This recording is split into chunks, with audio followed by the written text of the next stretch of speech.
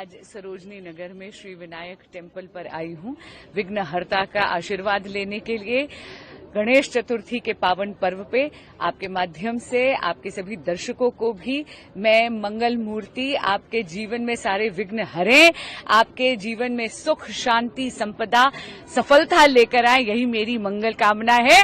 गणपति बप्पा मंगल मूर्ति। गणेश उत्सव की आज शुरुआत हुई है और पहली बार इस जगह पे गणेश उत्सव की एक बहुत ही ऐतिहासिक पूजा शुरू हुई है।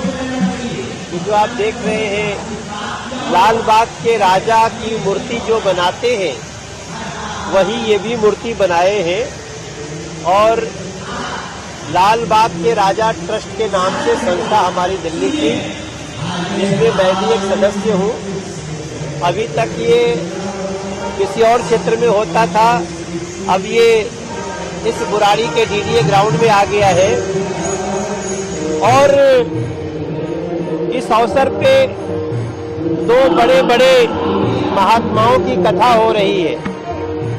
आपके समक्ष बागेश्वर बाबा की, बागेश्वर सरकार के पीठाधीश्वर धीरेन्द्र कृष्ण शास्त्री जी की कथा शुरू है और ये 5 दिन तक चलेगी और अगले 5 दिन में के बाद अनिरुद्धाचार्य जी उनकी भी यहाँ कथा होगी। हम सबको बधाइयाँ भी देते हैं और आह्वान भी करते हैं कि लोग आए। जैसे हमने व्यवस्था की है, यहाँ आने वाला दर्शन करके जाते रहेगा, ऐसी व्यवस्था हमने करी।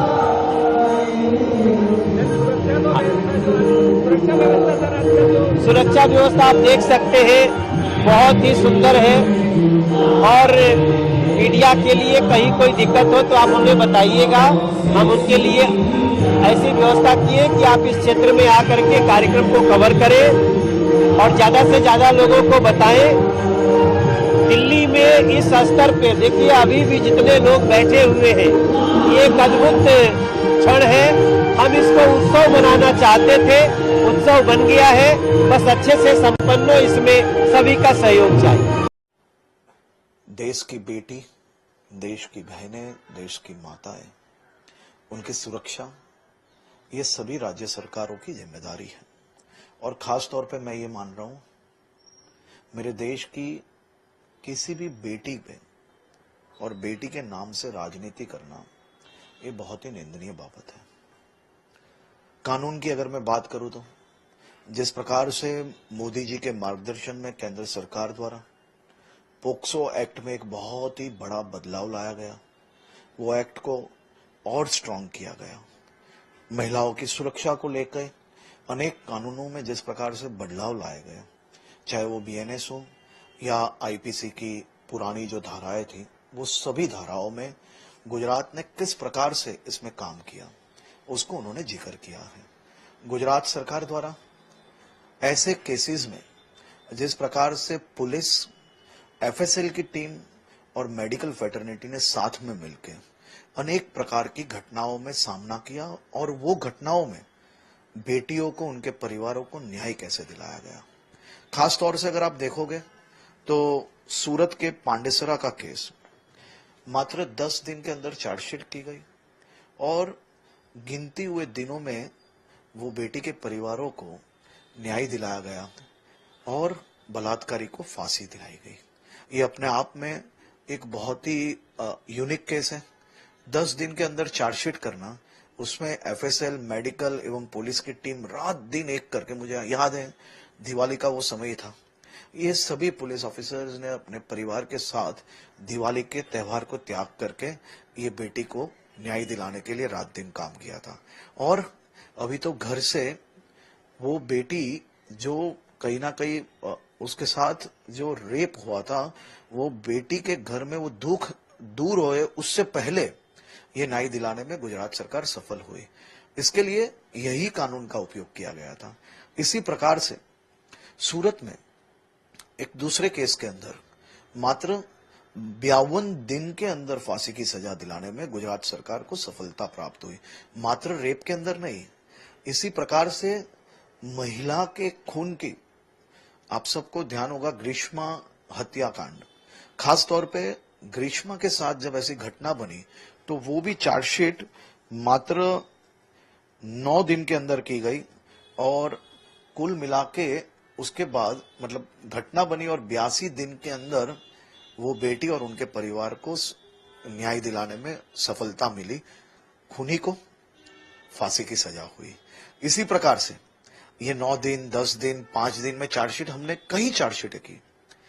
एक यूनिक केस भावनगर में जब घटना बनी, मात्र 24 घंटे के अंदर चार्जशीट फाइल करने में गुजरात पुलिस को सफलता मिली और सभी लोगों को सजा दिलाने में गुजरात पुलिस को बहुत ही बड़ी सफलता मिली।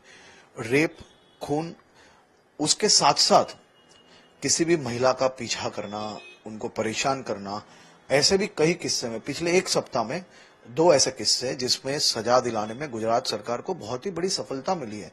सूरत में एक लड़की रिक्शा में जा रही थी, कापोद्रा पुलिस स्टेशन का केस है। लड़की जब रिक्शा में जा रही थी, पीछे से कोई व्यक्ति उसको परेशान कर रहे थे, गंदी गंदी हरकत कर रहे थे, उसको सजा दिलाने में गुजरात पुलिस को सफलता मिली। 9 महीने के अंदर उसको सजा मिली। अपने आप में ये बहुत बड़ी बात है। किसी भी प्रकार का रेप नहीं, कोई भी और घटना नहीं, नो फिजिकल टच भी नहीं, लेकिन उसको भी सजा दिलाने में यही कानून के तहत बहुत बड़ी सफलता मिली। इसी प्रकार से अहमदाबाद के अंदर लिफ्ट में जाने वाली एक लड़की को, खराब इशारे करने वाले व्यक्ति को 5 साल की सजा मिली। तो ये सभी कानून के अंदर ये सभी प्रावधान है। मेरा ये मानना है खास तौर पे बेटियों को, बहनों को, माताओं को सुरक्षा देना ये हमारी जिम्मेदारी है। एक महिला मुख्यमंत्री होने के नाते सबकी ये अपेक्षा होती है, लेकिन इस प्रकार के बलात्कार जैसे विषय के अंदर राजनीति करनी, और कहीं ना कहीं हम सब जानते हैं कि एक बेटी के साथ जिस प्रकार की घटना बनी, वो घटना में न्याय दिलाने के लिए अगर क्राइम सीन पे पुलिस ने अगर तात्कालिक अगर ये काम किए होते तो मैं जरूर से ये मान रहा हूं कि वो बेटी को जल्द से न्याय मिलता। हाईकोर्ट को निर्णय लेना पड़ता है कि बंगाल पुलिस इसमें सही काम नहीं कर रही है, उसके कारण कहीं ना कहीं सेंट्रल एजेंसीज को ये केस की तहकीकात देनी पड़ रही है। इस प्रकार की राजनीति वो अपने आप में बहुत ही निम्न कक्षा की राजनीति है। इस प्रकार की राजनीति नहीं होनी चाहिए।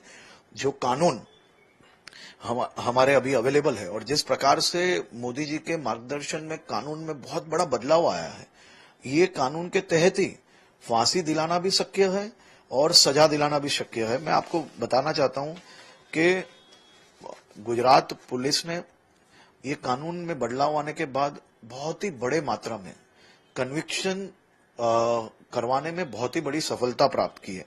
2021 में जब हम एवरेज 70-90 केसेस के अंदर हमें सफलता मिल रही थी, आज 2023 में 265 लोगों को सजा दिलाने में गुजरात पुलिस को सफलता मिली है। 2024 में 31/8/2024 तक 267 लोगों को ऑलरेडी दिला ली है सजा। ये अपने आप में कमिटमेंट की बात है। Act is not important, action is most important. आपकी विल होनी चाहिए। सही में न्याय दिलाने के लिए मां की ममता नजर आनी बहुत ही जरूरी है। इस प्रकार में राज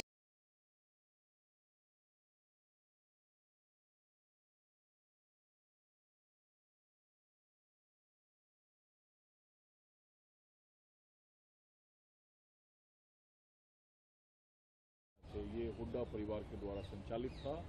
अब देश के सामने ये सच आ चुका है कि वो फैब्रिकेटेड था और हुड्डा परिवार ने इस जाल को बुना दिया। धन्यवाद। देखिए, एक तो आपका मैं सबसे पहले तो मैं बृजभूषण जी और बीजेपी के लोगों को ये बताना चाहूँगा कि जो बीजेपी का एक नारा था, बेटी बचाओ बेटी पढ़ाओ, और वो नारा इनके लिए एक झूठा साबित है।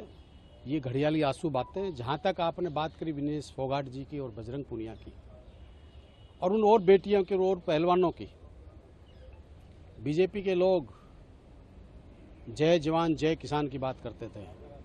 जवान हमारा सीमा पे शहीद हुआ, एक सिर के बदले 10 सिर लेके आ रहे थे। जवानों का अपमान किया, अग्निवीर के नाम से किया। पहलवान किसान की बात करते थे। मैं पूछना चाहता हूं बीजेपी के लोगों से, जो अन्नदाता इस किसान है, जो इस देश का पेट पालता है, उसको 1.25 साल तक बॉर्डर के ऊपर बैठा रहा, आंसू गैस के गोलों से, पानी की बौछारों से, रबड़ की गोलियों से, वैसी गोलियों से, लठों से पीटा गया, ये इनकी नीति थी। उस टाइम भी मोदी जी ने माफ़ी मांगी सवा साल के बाद। उसके बाद आती है पहलवानों की बात और बेटियों की बात। मैं सीना ठोक के कहता हूँ, जब हमारी बेटियों के साथ जब मेडल लेके आई, तब तो हमारे बीजेपी के नेता या प्रधानमंत्री जी सब कुछ उनको गले लगा रहे थे, बेटियां कह रहे थे। जब उनके साथ शोषण हुआ, यौन शोषण हुआ, क्या हमारा फर्ज नहीं बनता हम हमारी बहन बेटियों के साथ खड़े हुए? कांग्रेस हर उस व्यक्ति के साथ खड़ी है देश के अंदर, चाहे वो गरीब है, चाहे पिछड़ा है, चाहे किसान है, चाहे पहलवान है, चाहे कर्मचारी है, कोई भी व्यक्ति है, कांग्रेस उसके साथ खड़ी है। और हम अन्याय के खिलाफ, हमारे नेता आदरणीय राहुल गांधी जी ने एक बात कही है, ये नफरत की दुकान खोलेंगे और हम मोहब्बत की दुकान खोलेंगे। ब्रिजभूषण शरण सिंह ने कहा है कि कांग्रेस पार्टी को एक दिन खुद विनेश फोगाट और बजरंग पुनिया को पार्टी में लेने का, और भाजपा अगर उन्हें कहती है तो वो हरियाणा में जाकर पार्टी के लिए चुनाव प्रचार करेंगे, और बेटियों के अपमान का अगर कोई दोषी है तो वो विनेश फोगाट और बजरंग पुनिया है। देखिए, स्वागत आइए, वो ये हरियाणा है प्रधान, ये हरियाणा है, ये सब जानता है, और पछतावा या ना पछतावा किसको होगा ये सब पता है। और मैं एक बात कहता हूँ, आत्मा सो परमात्मा, भगवान के पास बड़ी शक्ति है, उसकी लाठी में दिखती नहीं, उसकी लाठी का दर्द इतना भयंकर होता है, उसको आदमी को समझ में नहीं आती। इतना अहंकार, वो अहंकार उनके सवार है, अहंकार के घोड़े पे सवार होकर वो इस प्रकार की बातें कर रहे हैं। भगवान का उदाहरण देकर ब्रिजभूषण भी कह रहे हैं नहीं जीत पाई, वो ईश्वर का ही एक दंड है उनको। विनेश जीती। मैं पूछना चाहता हूँ बीजेपी की गवर्नमेंट से, यहाँ के माननीय प्रधानमंत्री से लेकर गृह मंत्री, सब कुछ सबसे पूछना चाहता हूँ, क्या उस बेटी के लिए इन्होंने एक शब्द कहा? क्या बोले उसके लिए? जब वो एक बेटी का वो था, उसको सिल्वर मेडल तो उसका बनता था, क्यों नहीं बोले? ये मुझे बताओ। मामला अदालत में था, तो आपको लगता नहीं है कि विनेश को या बजरंग पुनिया को फैसले का इंतजार करना चाहिए, उसके बाद राजनीतिक सफर की शुरुआत करनी चाहिए? देखिए, वो उनका अंदरूनी मामला है उस बात के लिए, मैं उस बात की नहीं कह रहा हूँ, वो उन्हें देखना है, उनका अंदरूनी बात है। पर मैं जो बात कह रहा हूँ, जो देश के सम्मान की बात आती है, जब तिरंगे की लड़ाई की बात आती है, जब तिरंगे की शान की बात आती है, जब हिंदुस्तान की बात आती है, तब ये नेता कहाँ जाते हैं? मैं उस बात को चंद्रबाबू थाना क्षेत्र के नीचे गांव पे जो एक्सीडेंट हुआ है, जिसमें अब तक कुल कितने लोगों की मौत हो चुकी है? देखिए, कल शाम 6:15 बजे एक रोडवेज की बस और एक टाटा मैजिक में टक्कर हो गई थी, जिसमें कि तत्काल ही पुलिस प्रशासन मौके पर पहुंच गया एवं जितने भी मृतक थे उनका पोस्टमार्टम हेतु हमने उनकी डेड बॉडीज रवाना करी। उसके बाद ही उनके गांव में उनके अंतिम संस्कार हेतु उनकी डेड बॉडीज को, शवों को भेज दिया गया। साथ ही साथ जो इतने भी घायल थे उनको उपचार हेतु भेज दिया गया। इसमें जो टोटल काउंट है, इसमें 17 लोग की डेथ हुई है और बाकी 16 लोग इंजर्ड थे, जिनका सभी का उपचार चल रहा है। इसमें अभियोग पंजीकृत करके जो रोडवेज का ड्राइवर है उसकी गिरफ्तारी सुनिश्चित कर ली गई है। मृतकों में कितने बच्चे, कितनी महिलाएं, कुछ जानकारी? देखिए, मृतक में 7 पुरुष थे और 4 महिलाएं और बाकी 6 बच्चे थे। मैं सबसे पहले इस गणेश फेस्टिवल जो गणपति पूजन की सबको बहुत बहुत शुभकामनाएं देता हूं। पूरे सभी भारतवासियों को और पूरे गोवा वासियों को मेरी तरफ से और मेरी गोवा सरकार की तरफ से सबको गणेश चतुर्थी की बहुत बहुत शुभकामनाएं। गणेश फेस्टिवल गोवा में बड़े धूमधाम से हर घर में गणेश जी का पूजन होता है। कुछ घर में 1.5 दिन का, 5 दिन का, 7 दिन और 9 दिन, 11 दिन का पूजन रहता है। सार्वजनिक रीत्या भी गणेश जी का पूजन बड़े धूमधाम से गोवा में मनाते हैं। और मैं इसी के साथ यानी पूरे जो देशवासी जो गोवा में आते हैं गणेश पूजन देखने के लिए, और सभी लोग यानी पूरे देश भर से जो गोवा में आते हैं उनको भी मैं बहुत बहुत शुभकामनाएं देता हूं। और माननीय मोदी जी का विजन जो आत्मनिर्भर भारत स्वयंपूर्ण गोवा में हमें कन्वर्ट करने के लिए जो हम प्रयास कर रहे हैं, इसी गणेश जी का स्वयंपूर्णता की देवता है। इस स्वयंपूर्णता की देवता में हर एक चीज जो हमारे जंगल, खेत और गांव में मिलती है वही यूज करते हैं। इसीलिए इसको स्वयंपूर्णता का पूजन कहते हैं, स्वयंपूर्णता की देवता कहते हैं। मैं इस गणेश पर्व पर सबको बहुत बहुत शुभकामनाएं देता हूं और सबको यानी इस उत्साह के साथ ये उत्सव मनाएं, यही मेरी शुभकामनाएं हैं। हाँ, मैंने देखी है जो कांग्रेस की एक छोटी सी कैंडिडेट्स की लिस्ट आई है, उसमें कई दागदार लोग हैं। एक सज्जन तो आज भी जेल के अंदर है। फिर भूपिंदर सिंह हुड्डा के ऊपर केस चल रहा है। अभी उस केस में 834 करोड़ रुपए की संपत्ति अटैच हुई है। एक सज्जन नू कांड में इन्वॉल्व हैं और एक और पर भी ईडी का कार्रवाई चल रही है। ये है कांग्रेस की पहचान। इन्हीं लोगों को ढूंढने के लिए वो इतने दिन लगा रहे थे और अभी तो 31 की आई है। अभी बाकी देखिए और कितने नगीने बाहर आते हैं। पहली लिस्ट आते ही भाजपा के बाद कांग्रेस में भी विरोध के सुर उठने लगे हैं। अब कांग्रेस की तो कांग्रेस जाने, भाजपा में जो विरोध हो रहा है उनको साथ बात हो रही है और हम उनको मना लेंगे। खिलाड़ियों को टिकट देंगे, विनेश फोगाट को जुलाना से कैंडिडेट बनाएंगे। ये सबका अधिकार है, कोई भी कहां से लड़े, अब उससे हमारा कोई मतलब नहीं।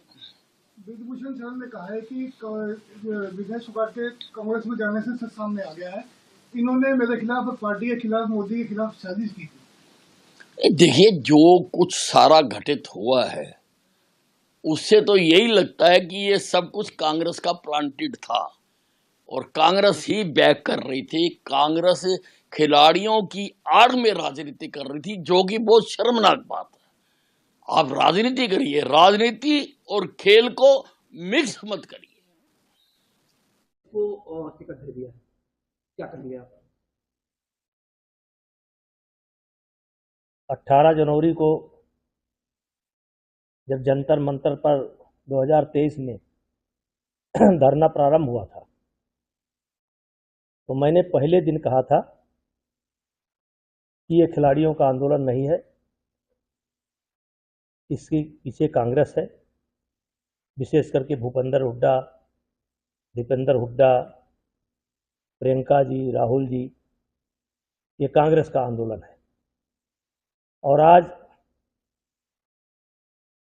ये बात सच साबित हुई कि इस पूरे आंदोलन में या हमारे खिलाफ जो षड्यंत्र हुआ, इसमें कांग्रेस शामिल थी और जिसको लीड भूपेंद्र हुड्डा कर रहे थे। ये जो सुपर स्पेशलिटी ब्लॉक है, इस ब्लॉक में जहां हमारे बेड की संख्या बढ़ाई जाएगी और कुल मिलाकर के यहां पर इस व्यवस्था के तहत लगभग 1205 बेड हो जाएंगे सुपर स्पेशलिटी ब्लॉक को मिलाकर के हमारे मुजफ्फरपुर के इस मेडिकल कॉलेज में।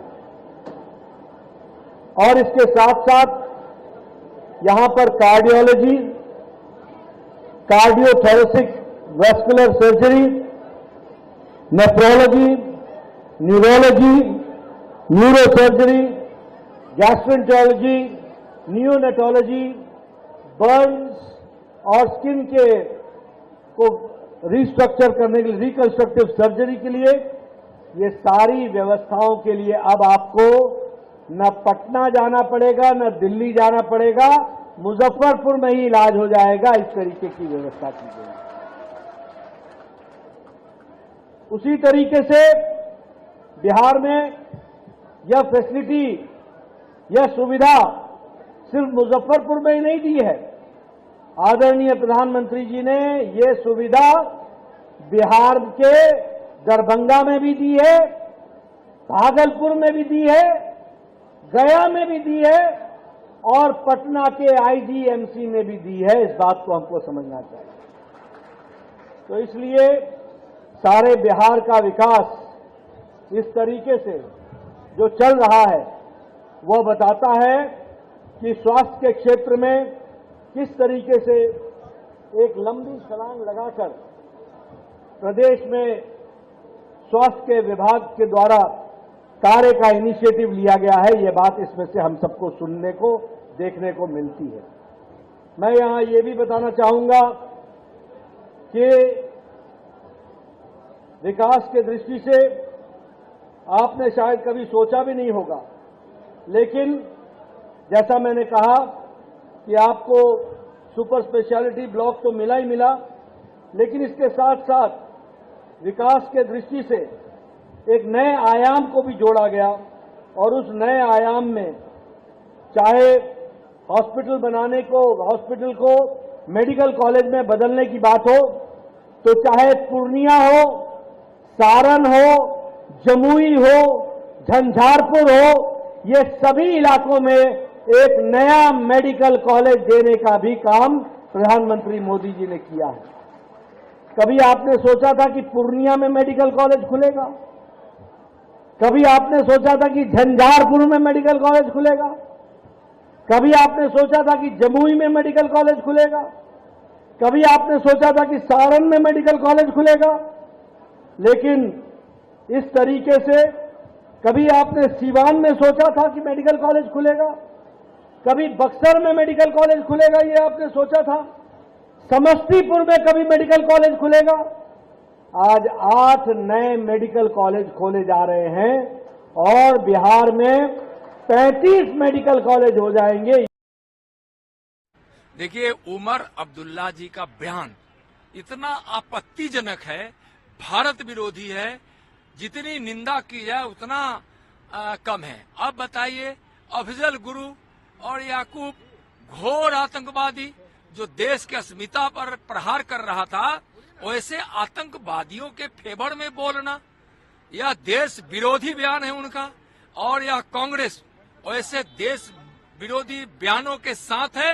यानी कि आज उमर अब्दुल्ला और कांग्रेस में कोई फर्क नहीं है। दोनों, कांग्रेस और उमर अब्दुल्ला, दोनों भारत के आतंकवादियों के सपोर्ट में बोल रहे हैं। इसको दादा के वित्त मंत्रालय को बेकार बताया है, कैसे देखते हैं? देखिए, आज दादा जो है 10 बार जो है ये अर्थमंत्री हो चुके हैं और ये फाइनेंस डिपार्टमेंट में उन्होंने संभाला है। मैं श्री गणेश जी से, आज गणेश चतुर्थी है, प्रार्थना करूंगा कि हमारे सब लोग, हमारे मित्र हैं, हमारे महायुति के सारे नेता हैं, कार्यकर्ता हैं, सबको परमेश्वर यही बुद्धि दे कि हम आपस में ऐसा कोई बयान न दे ताकि एक गलत चित्र जो है, पिक्चर लोगों के सामने जाए। आज हमको ये दिखाना है कि हम सब एक हैं, महायुति के, फिर भाजपा का हो, शिंदे शिवसेना या अजित पवार को, हम सब एक है और एक होकर जो है इस इलेक्शन में लोगों के सामने जा रहे हैं। ये चित्र हमें निर्माण करना होगा। बहुत अच्छे अच्छे कार्यक्रम, योजनाएं महायुति सरकार ने लोगों को दी है और एक अच्छा वातावरण जो है निर्माण हो रहा है। ऐसे में कोई भी जो है नमक का खड़ा, नमक डालने की कोशिश कोई ना करे। सेक्टर 36 जो है, आप कह सकते हैं कि ये एक क्राइम ड्रामा है, इसे आप क्राइम थ्रिलर भी कह सकते हैं। ये फिल्म जो है सर, ये उन दो लोगों की कहानी है जो हमारे समाज का ही हिस्सा है, पर अलग अलग सोशियो इकोनॉमिक बैकग्राउंड से आते हैं। इन दोनों के अलग अलग वर्ल्ड व्यूज हैं। ब्रीफली अगर मैं कह सकूं तो ये यिन एंड यांग है जो हमारे समाज को कंप्लीट करता है। भिन्न भिन्न प्रकार के लोग हमारे समाज में रहते हैं, लेकिन ये वो दो लोग हैं जिन्हें शायद आपने, मैंने, हम सब ने कहीं ना कहीं देखा है। इनके इर्द गिर्द हमने वक्त बिताया है या शायद इनके इर्द गिर्द हम रहे हैं। ये उन दो लोगों की कहानी है and it is them colliding together. It is two different world views colliding together, आप कह सकते हैं।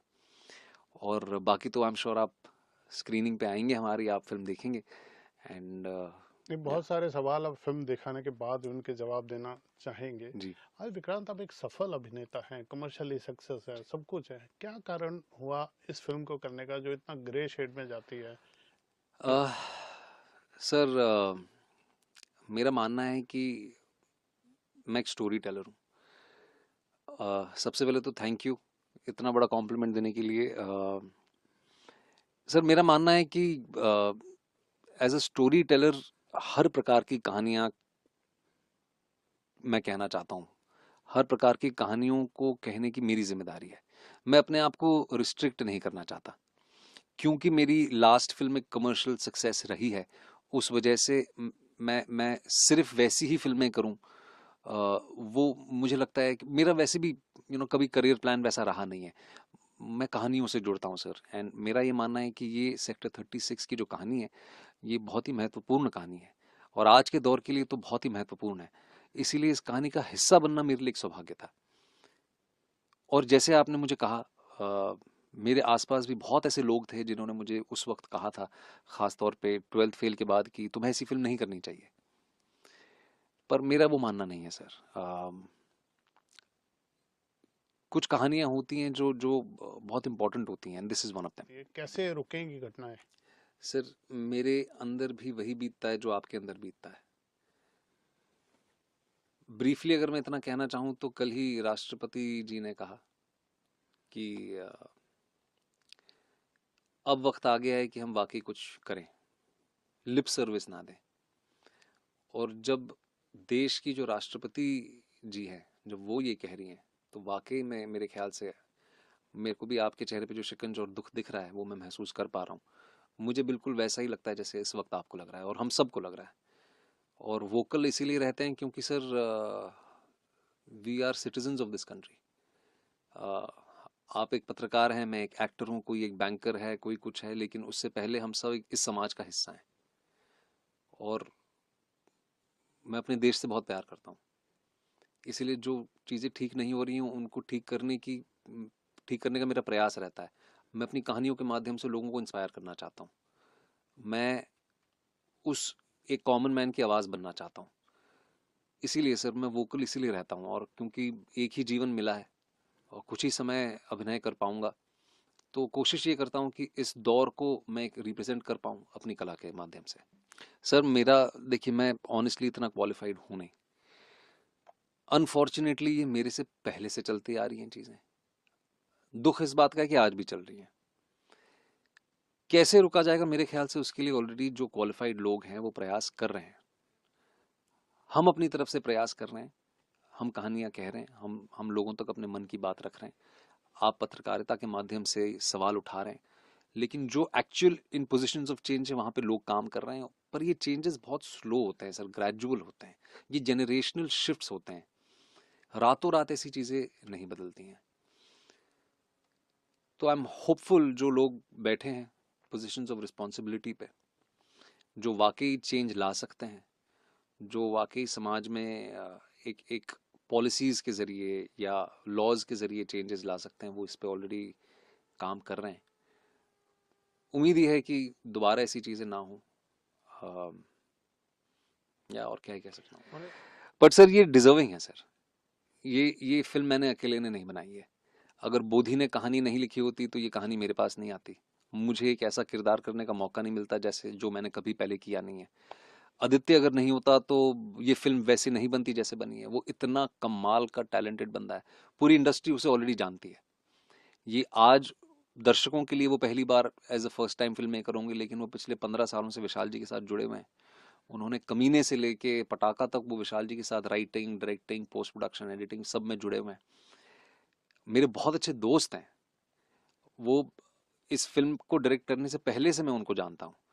तो देयर वाज नो डाउट कि Aditya is the right fit for it. Writer जो है Bodhi, he is a tremendously talented writer.